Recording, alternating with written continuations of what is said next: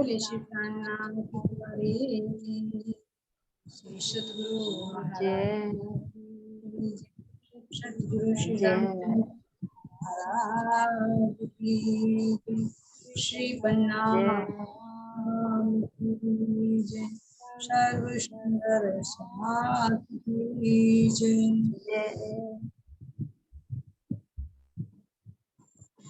बंदो सतगुरु चरण को गुरु प्रेम प्रणाम। अशुभ हरण मंगल करण धनि देव चंद्र जेना। श्री प्राणनाथ सतगुरु परम विनय करू प्रणाम। मेरे विगत कपाट स्मरण जिनके नाम। श्री राम रतन सतगुरु मेरे काटो सकल कले। चरणों में करो वंदना हृदय करो प्रवेश। श्री प्राणनाथ निज मूलपति श्री मेहराज शुभ नाम। तेज कुंवर श्यामा युगल को पल पल करो प्रणाम। पल करो प्रणाम। बोले श्री प्राणनाथ प्यारे की श्री सतगुरु महाराज की सभी सुंदर शांति चरणों में कोटि कोटि प्रणाम। प्रणाम जी, प्रणाम जी।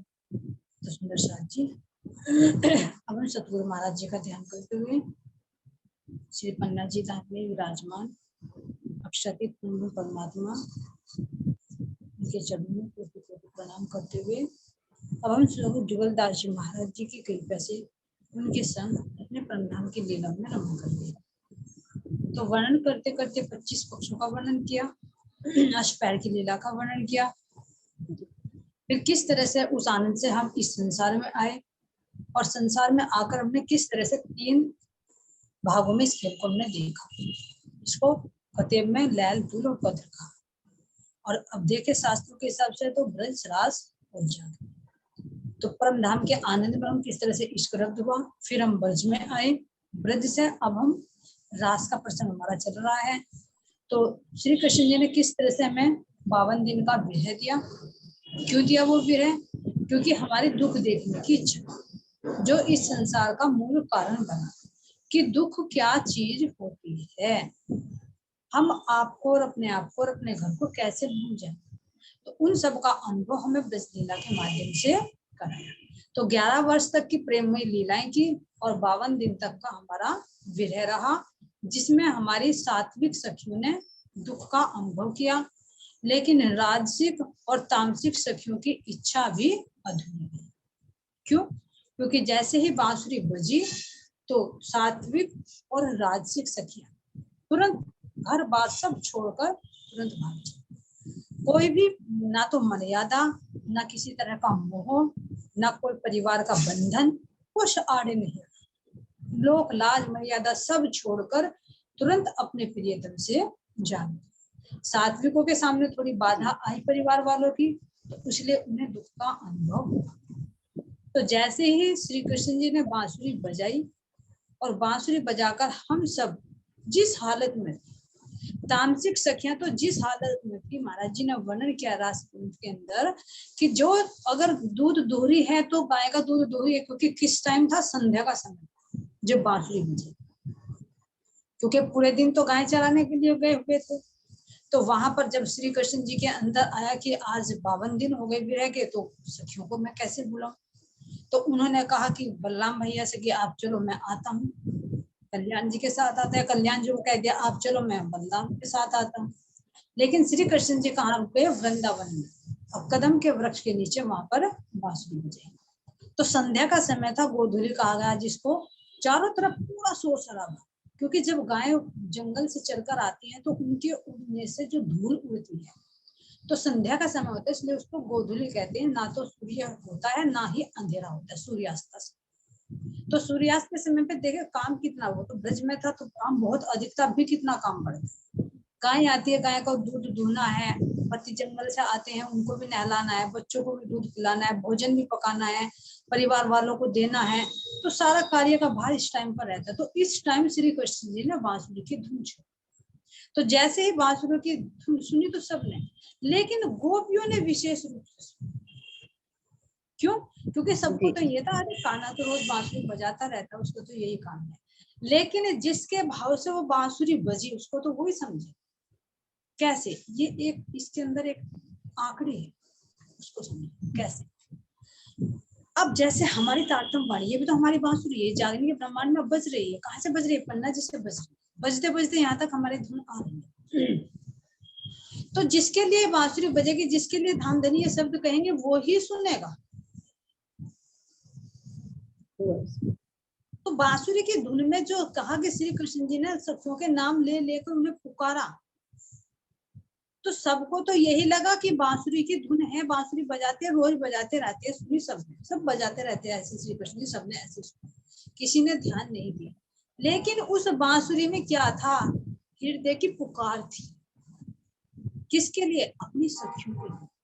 तो जो कहा कि नाम ले लेकर पुकारा, तो श्री कृष्ण जी के अंदर जो राज्य का जोश था, उस राज्य के जोश ने, राज्य के आवेश ने सखियों का वो गुण याद कर करके उनकी आत्मा को खींचा। ये अगर मूल रूप से कहे तो राज्य महाराज जी ने अपनी ब्रह्म अंगनाओं के हृदय को, चित्त को खींचा। वो हृदय की पुकार, तो जो हृदय से पुकार करेंगे जिसकी, उसको तो सुनेगा।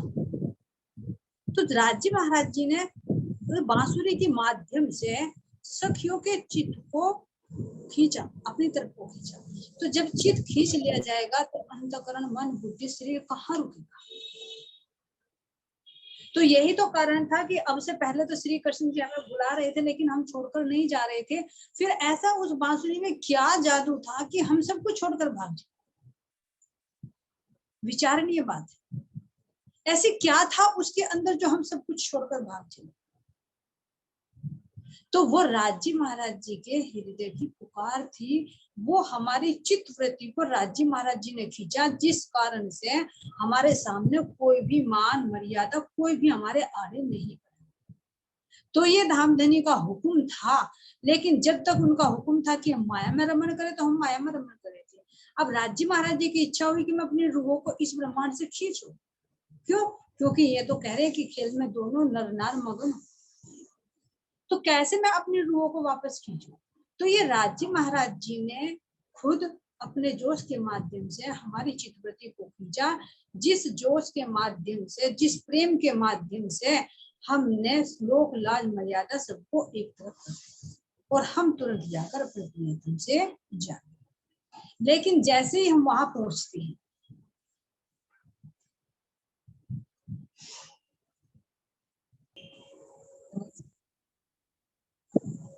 लेकिन जैसे ही हम वृंदावन में पहुंचे, तो पहुंचते ही क्या श्री कृष्ण जी हमें वही उथले वचन कहते हैं, जो हमने कहा था वो हमें रिटर्न हो।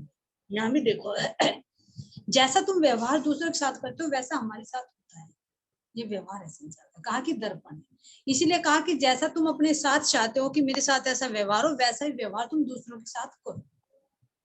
तो जैसा हम दूसरों के प्रति करेंगे वैसा ही हमें विपरीत मिलेगा, उसका उल्टा हमारे पास रिटर्न होगा। तो इसी तरह से जो हमने उथले वचन कहे थे, तो जैसे रास्ते में हमने प्रवेश किया, प्रवेश करते करते ही रास्ते में रोक लिया, रोकते ही श्री कृष्ण जी ने वही उथले वचन हमें परोस दिए जो हमने दिए। अरे सखियों, क्यों आई हो यहाँ पर? रात्रि का समय है ना, मैंने कहा था चलो वृंदावन में आज अच्छी रात्रि है, चलो रास खेलते हैं, जन्मदिन मनाते मेरा, लेकिन तुमने कहा था कि हम रात को नहीं जाते, हम तो कुलवंती नारी। रात को क्यों आई? वहां ब्रज में सब कुशल मंगल तो है। अरे तुम तो कुलवंती नारी हो, क्यों अपना घर बार छोड़कर क्यों आई? हमने कहा था हमारे छोटे छोटे बच्चे हैं, मैं और काम नहीं है क्या? तो कहे तुम्हारे छोटे छोटे बच्चे रोते होंगे, चले जाओ, तुम्हारे पति हैं, चले जाओ। कुलवंती नारी कैसा भी पति हो, लूला हो, लंगड़ा हो, अपाहिज हो, कैसा भी हो, कोढ़ी हो, उसको नहीं छोड़ती कुलवंती नारी। फिर तुम अपने पतियों को छोड़कर क्यों आई? तुम्हारे सास ससुर है, मर्यादा में तुम रहती हो, तो तुम जाओ, वापस चले जाओ। तो जो हमने कहा था वे सारे वचन नाथ जी महाराज जी ने हमसे कहे। क्यों कहे? क्योंकि हमने वो दे रखे थे, तो रिटर्न होगा हमारे पास। जी और जी सारी बात के करते करते करते करते हमारे यहाँ पर परीक्षा भी होनी थी। क्यों परीक्षा होनी थी? क्योंकि रास में प्रवेश करने से पहले तो परीक्षा तो होनी है कि कहीं काल माया का एक अंश भी तो नहीं है, काल माया की कहीं इच्छा तो नहीं है। तो हमारे उसमें पहुंचाने के लिए हमारी परीक्षा हुई। तो श्री कृष्ण जी ने, राज जी महाराज जी ने किसकी? वेदों की मर्यादा भी दिखाई। वेदों की मर्यादा क्या है कि वेदों में लिखा हुआ है शास्त्रों में कि कुलवंत पतिव्रता स्त्री अपने पति को नहीं छोड़ती, चाहे कैसा भी। तो तुम अपने पति को क्यों छोड़कर आई? कुलवंती नारी होती है वो रात्रि में घर से बाहर नहीं निकलती, तुम घर से बाहर क्यों निकली हो? मोह भी दिखाया, तुम्हारे छोटे छोटे बच्चे रोते होंगे, तुम चली जाओ। तो सारी मान मर्यादा, वेदों की मर्यादा है ना, कह रहे हैं कि नवदा भक्ति जो 9 लड़ियों का हार है, ये सब कुछ दिखाया कि कहीं किसी के प्रति मोह है या नहीं। लेकिन हमने या क्या जवाब, तामसिक सखियों ने क्या जवाब दिया कि ठीक है, आपको जो कहना था, हमारे कहे हुए वचन थे, हमारी गलती थी, ठीक है। क्यों गलती थी? कि एक तो हमने पहले खुले वचन कहे, 52 दिन तक रूठे रहे। फिर दूसरी गलती क्या हुई कि हमारे बालाजी तो यहाँ पर क्या है, सुबह से पधारे हुए हैं वृंदावन में, और हम अब आए, और अब भी कैसे आए हैं? बांसुरी की धुन सुनकर, बुलाने, बिना बुलाए नहीं आए, तो हमारी गलती। लेकिन अब आपने अगर कह लिया हो तो अब हमारी भी बात सुन लीजिए। अब बालाजी कहते जी हैं जी सुनाओ कि आपने कहा है कि जो कुलवंती पतिव्रता स्त्री होती है, नारी होती है, चाहे पति कोड़ी हो, लूला हो, लंगड़ा हो, अपाइज हो, गरीब हो, कैसा भी हो, उसे नहीं छोड़ना। तो आप ये बताइए, जब ऐसी पति को नहीं छोड़ना चाहिए, कितना भी अवगुणी क्यों ना हो, तो फिर गुणवान पति को कैसे छोड़ें?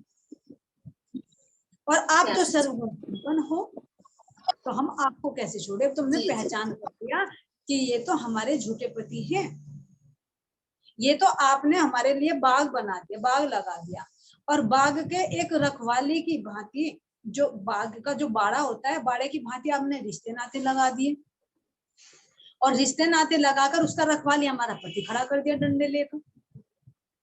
लेकिन उसके फल पर तो उसका अधिकार नहीं होता। बताओ, जो खड़ा कर दिया रखवाली के लिए, उसका थोड़ी मालिक का अधिकार होता है। तो मालिक कौन है हमारे तन का? हमारी आत्मा के मालिक कौन है? आप हो भाई। यहाँ का पति तो इस तन का रखवाला है। ये रिश्ते नाते तो आपने एक बाड़ की भांति लगा दिए ताकि हम समाज में सुरक्षित रह सके। ये शरीर रूपी हमारे बाग लगा दिया, तो बाग के चारों तरफ बाड़ लगा दी, उसका एक रखवाली खड़ा कर दिया। लेकिन मालिक तो आप हो, तो फल का अधिकार किस पे है? मालिक पर। मालिक जो होता है, तो आप मालिक हो, तो इसके अधिकारी आप ही तो हो। आप ही हमारे असली पति हो, ये तो हमारे झूठे पति हमने समझ लिया।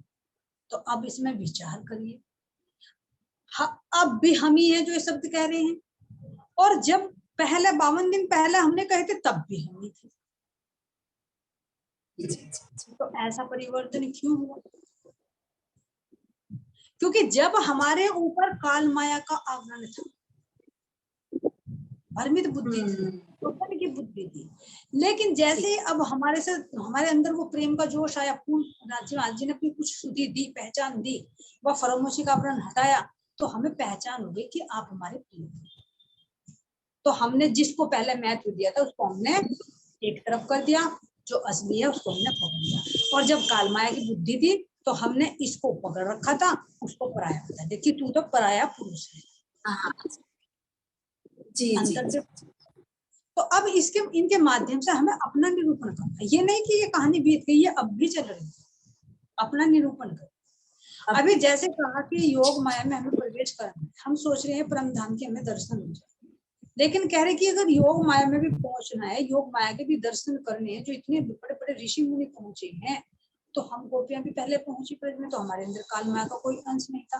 अब अपने आप का हम निरूपण करें कि हमारे अंदर कितना मान मर्यादा, कितना मोह, कितना लगाव, तो क्या हम रास में प्रवेश कर सकते? यह आत्मनिरीक्षण करना, ये अपना आत्मनिरीक्षण करना है हम, अगर हम दर्शन चाह रहे हैं। देवचंद जी महाराज जी को तो ब्रज के भी दर्शन हुए, राज के भी दर्शन हुए, परमधाम के भी दर्शन हुए। तो हम चाह तो रहे कि परमधाम के राज जी महाराज जी का दर्शन हो जाए, लेकिन ये देखो कि अखंड गोलोक के ही दर्शन हो जाए तो वो भी कितने हैं, लेकिन उसके लिए भी तो पात्रता चाहिए ना। जैसे यहाँ किसी को सर्विस करनी होती है, जैसे पोस्ट होती है, उसी के अकॉर्डिंग तो एबिलिटी चाहिए ना। प्योन की नौकरी करने हाँ कौन जी। में चल जाएगी, कुछ थोड़ा सा तुम्हें डीएम वगैरह बनना है तो कुछ और एबिलिटी चाहिएगी, उससे ज्यादा ऊंची पोस्ट चाहिए तो उससे ज्यादा एबिलिटी चाहिए। तो ये भी तो हमारी आध्यात्मिक यात्रा है, तो जैसे जैसे दर्शन चाहिए ऐसे एबिलिटी तो चाहिए ना। तो अब हम विचार जी। करें, जैसे हम ब्रज से है, राजमा कहते कहते कि यही चाल हमें चलनी है। राजकृत में पहले दिया, ये चाल अब भी हमें चलनी है कि जो चाल हम ब्रज में चले। ब्रज से हम रास में गए तो कैसे गए, सारे बंधनों को तोड़। तो अब हम ये विचार करिए अंतरात्मा से, कह रहे हैं कि मैं सूर्य हूँ, परमधाम की आत्मा हूँ, तो ये मेरा जीव है, तो इस जीव का कितना बंधन टूटा है। ये आत्मनिरीक्षण है, स्वाध्याय है, इसको भी स्वाध्याय कहा जाता है। कितना बंधन टूटा है, क्या इस शरीर से कितना हमारा लगाव है जी। कितना। अगर एक तरफ हमारे प्रियतम है, एक तरफ हमारे के पति है, तो हम पति को महत्व दे रहे या अपने बालाजी को महत्व दे रहे। अपने बच्चों के प्रति कितना मोह, घर परिवार के प्रति कितना मोह है। हाँ, एक जिम्मेदारी तो जरूर है, लेकिन एक मोह होता है, एक होता है कर्तव्य, एक होता है मोह। मोह में हम कितना गलत कर जाते हैं, उसका निरीक्षण करना। ये नहीं कहा कि तुम सब कुछ छोड़कर चले जाओ, जिम्मेदारी से भी अलग नहीं हट सकते, जिम्मेदारी करनी है, लेकिन अंतर से कितना जुड़े हुए। जी जी। तन पे तो सारे कर्तव्य करने हैं, लेकिन तोड़ना किसको है, अंदर में। गांठ कौन सी लगी है, अंदर। बाहर की तो सर्विस। तो जब अंदर की खुलेगी तो बाहर की तो ऑटोमेटिक। हाँ जी। जैसे ब्रज में जब बांसुरी बजाई तो अंदर से पुकार की, तो अंदर से पुकार की तो तन तो तुरंत भाग लिया। लेकिन जब तक अंदर से नहीं पुकार की थी तो काल माया के क्या हम ब्रह्मांड को छोड़ पाए, क्या तन को छोड़ पाए, नहीं छोड़ पाए। तो इसी तरह से अब भी हमें देखना है कि हमारे अंदर हम कितनी पात्रता हमारे अंदर बन रही है, ब्रज वाली वो चलनी हमारे अंदर रहनी कितनी हमारे अंदर बन रही है, कितना हम अपने धाम का चिंतन करते हैं, कितने समय हम अपने बालाजी का चिंतन करते हैं, उनकी बातें करते हैं, और कितनी देर हम अपने परिवार की, अपने बच्चों की, कितनी की हम बातें करते हैं। ये हमें विचारना है, यही हमारा स्वास्थ्य है।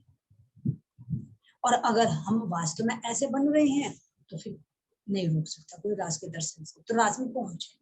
तो यही चाल हमें अब चलनी है, जो कहा कि जैसे तुम ब्रज में चले ऐसे तुम्हें अब पांव भरने। तो यही तो सारे हैं ब्रज के लिए।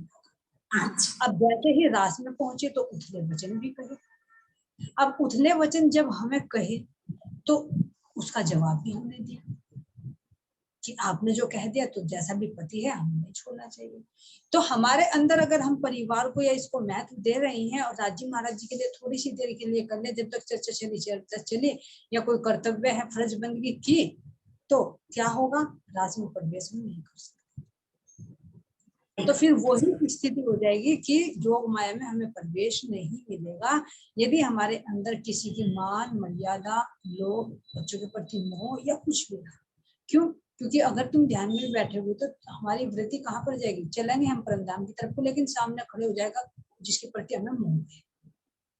एक जरा सा भी, जैसे ना कोई तुम भोजन कर रहे हो, अगर उसमें एक कंकर भी आ गई तो वो कितना किरकिरा कर देती है। अगर एक चम्मच तुमने चावल खाया और एक कंकर आ गई तो सारा को बाहर निकाल देती है, एक छोटी। ये देखो, इसी तरह से जब हम ध्यान में बैठते हैं, चाहे हम धाम का दर्शन हो चाहे राज का दर्शन हो, तो अगर थोड़ी सी भी बाहर की चित्तवृत्ति है तो वही चित्तवृत्ति उस वृत्ति को तोड़ देती है।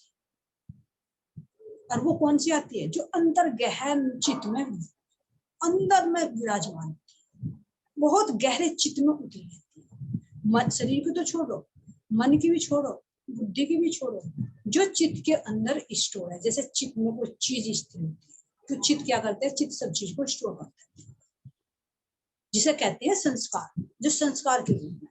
तो जब तुम एकांत में बैठ जाते हो, ध्यान के लिए बैठते हो, तो वो तब उभर उभर कर आते हैं।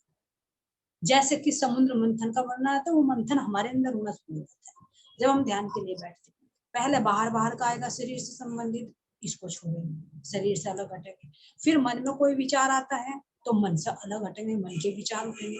फिर बुद्धि में कोई ज्ञान होता है, फिर वो रुकावट आता है, फिर उसको भी अलग हटाना है।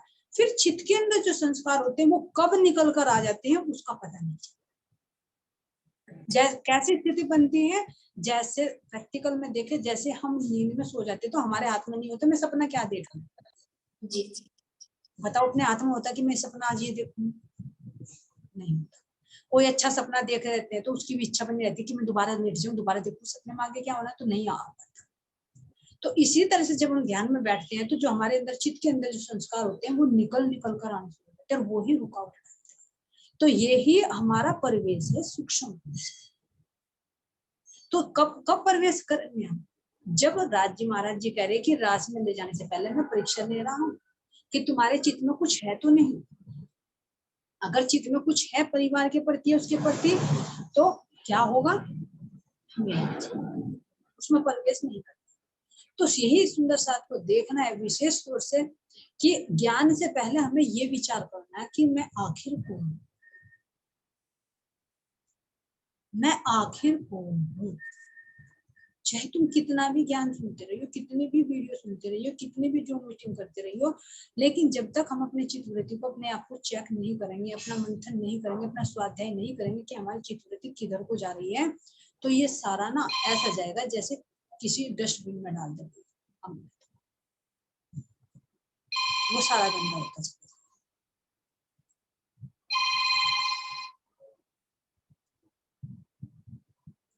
तो इस तरह से हमें अपनी चित्तवृत्ति को देखना है, क्योंकि ये रास जो है कोई एक उसकी चीज नहीं है।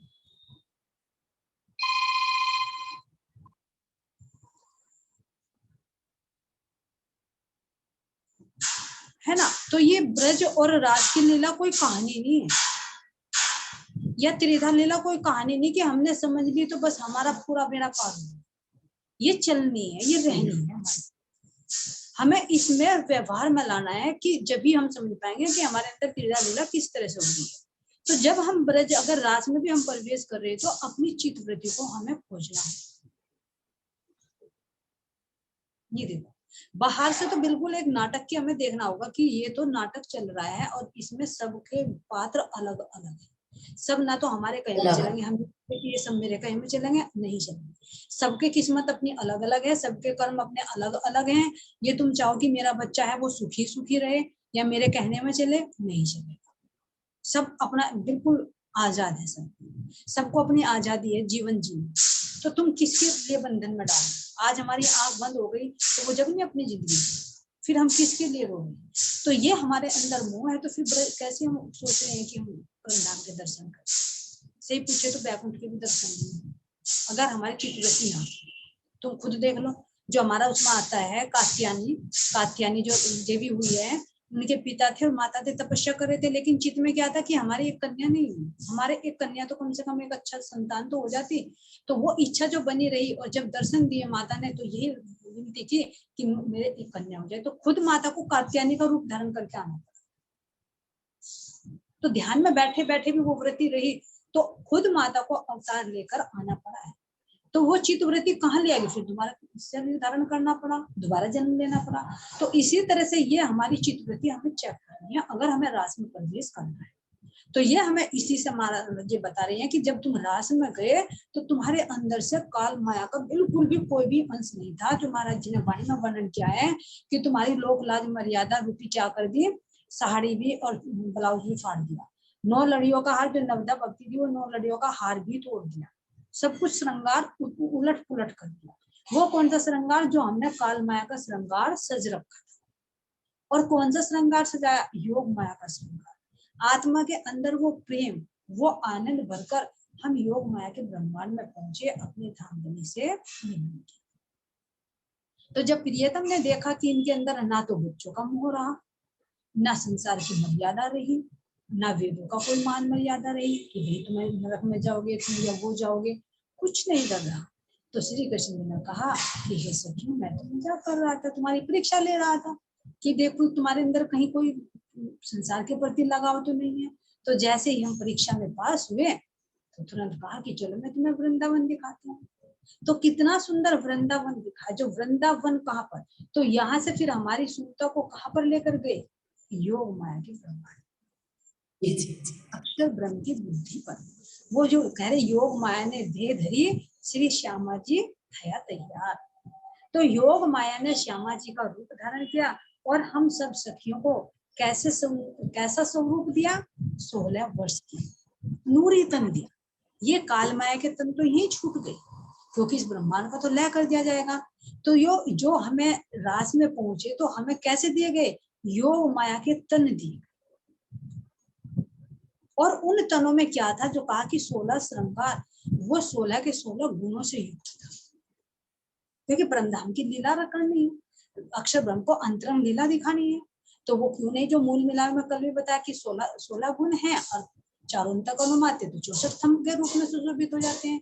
तो आत्मा वो 16 श्रृंगार सज कर चलती है। प्रेम भी, इश्क भी, आनंद भी, सौंदर्य भी, एक दिली भी, सब कुछ, हर एक गुण अंग इंद्रियों में वो गुण ही गुणों का भंडार होता है। तो कितना सुंदर, हर दिव्य वस्त्र, दिव्य आभूषण, दिव्य ही तन, और ऐसे ही नूरी क्या बनते हैं, पेड़ पौधे भी, क्योंकि वो योग माया का ब्रह्मांड भी नूरी बना, जो योग माया बनाया। पूरा जो वर्णन किया गया है योग रास के अंदर, कि जैसे पूरे पेड़ पौधे जितने भी है, नूरी ही चंद्रमा है ना, नूरी ही पशु पक्षी है, कदम का वृक्ष है, और नूरी ही हमारे बालाजी ने सुंदर रूप धारण करके जैसे ही बांसुरी बजाई तो हम तुरंत वहां पर पहुंच गए। ये काल माया के तन यहीं पर रह गए, और जो श्री कृष्ण जी को जो तन मिला वो योग माया का तन, योग माया के तन मिले, और इस ब्रह्मांड को लय कर दिया गया, यानी इसकी क्रिया को वही तो वही रोक दिया गया। और योग माया के ब्रह्मांड में वो जो बना योग माया का ब्रह्मांड, उसमें हमारी लीलाएं शुरू हो गई। तो सर्वप्रथम बालाजी हमें क्या दिखाते कि देखो मैंने तुम्हारे लिए कितना सुंदर स्थान बनाया है। यहाँ तो प्रतिबिंबित वृंदावन बना था, वो कौन सा बना है, जो अक्षर ब्रह्म के मन पर चल रहा था ये खेल, अब बुद्धि पर लेकर चलेंगे। ये सब काल माया के अंदर चला है, लेकिन वो कहाँ पर चला, अक्षर ब्रह्म की बुद्धि पर। अब ध्यान देना, इसको भी कैसे समझोगे। जैसे एक तो तुम नींद में हो, तो एक तो स्वप्न तुम गहरी निंद्रा में देखते हो। तो जो बिल्कुल गहरी निंद्रा में देखा वो तो बना ब्रज का ब्रह्मांड, और रास का ब्रह्मांड कैसा बना बताया, सुषुप्ति अवस्था, कुछ जागृत और कुछ स्वप्न। तो जैसे कुछ ऐसी होती है अवस्था नींद में से कि गहरी नींद तो नहीं होती हमें, तो कुछ कुछ नींद भी होती है, कुछ कुछ हमें आभास भी होता है कि हाँ कुछ दिन निकल गया, कोई मेरे पास में कोई है, लेकिन फिर फरामोशी सी आ जाती है, उसको कहते हैं सुषुप्ति अवस्था, आधी नींद और आधी जागृति। तो अक्षर ब्रह्म की बुद्धि पर वो स्थिति बनी, मन पर नहीं बनी। मन पर तो बिल्कुल स्वपन अवस्था में बना। तो स्वपन अवस्था में पूरा ब्रह्मांड बना, जिसमें हमारी सबकी परीक्षाएं हुई। इस तरह से फिर हमें कहाँ ले जाया गया, अक्षर ब्रह्म की बुद्धि पर, और बुद्धि पर ले जाकर वो योग माया का ब्रह्मांड बनाया गया। तो वो कहाँ का प्रतिबिंब है, बुद्धि पर कहाँ का प्रतिबिंब है, अभी बताया ना, ब्रह्मधाम का। ब्रह्मधाम। वो लीला तो चलती रहती है, कल भी बताया कि वो विलास की वृत्ति है, तो वो परम धाम का प्रतिबिंब पड़ा। तो उस रास के अंदर पूरा ऐसा ही, जैसे परम धाम के हमारे अंदर कुंज है, निकुंज है, पेड़ है, पौधे हैं, जमुना जी है, महल है, मंदिर है, सब कुछ है। तो ऐसे ही सब कुछ नूरी बनाकर, नूरी ही तन श्री कृष्ण ने धारण किया, नूरी ही हमको भी तन दिया। लेकिन उसके अंदर विष्णु भगवान, काल माया के अंदर तो विष्णु भगवान थे।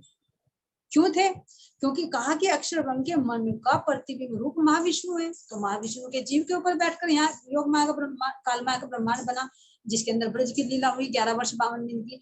लेकिन यहाँ पर विष्णु की लीला को रोक दिया गया, रोक दिया। तो अब जो योग माया का ब्रह्मांड बना है, तो योग माया के ब्रह्मांड में राज्य महाराज जी का आवेश अक्षर की आत्मा पर है। आत्मा किससे जुड़ी हुई है, बुद्धि से जुड़ी हुई है। और जो अक्षर ब्रह्म की वृत्तियां हैं 24,000, उन वृत्तियों पर हमारी सुरताओं को, तो 24,000 तो अक्षर ब्रह्म की हुई और 12,000 हम हुए, तो 36,000 लोगों ने रासलीला की। लेकिन इनको अलग तन नहीं मिले, ध्यान देना, इनको अलग तन नहीं मिले। एक एक ब्रह्म आत्माओं के अंदर इन दो दो ब्रह्म ईश्वर सृष्टियों को समाहित किया गया। क्यों कैसे किया गया? क्योंकि ये परम धाम की लीला को नहीं देख सकते। अक्षर ब्रह्म की जो वृत्तियां हैं ये परम धाम की उस लीला को साक्षात नहीं देख सकते, तो इसलिए उनके अंदर बैठकर उस लीला का अनुभव कराएगा। उन वृत्तियों के माध्यम से अक्षर ब्रह्म अनुभव करेगा कि भाई वो रास परम धाम की लीला कौन सी लीला होती है। तो इसलिए एक एक गोपी के अंदर दो दो ईश्वर सृष्टि, तो 12,000 की संख्या, क्योंकि हमारे तो सूरता है, तो सूरता को कहीं ना कहीं तो स्थान चाहिए बैठने के लिए।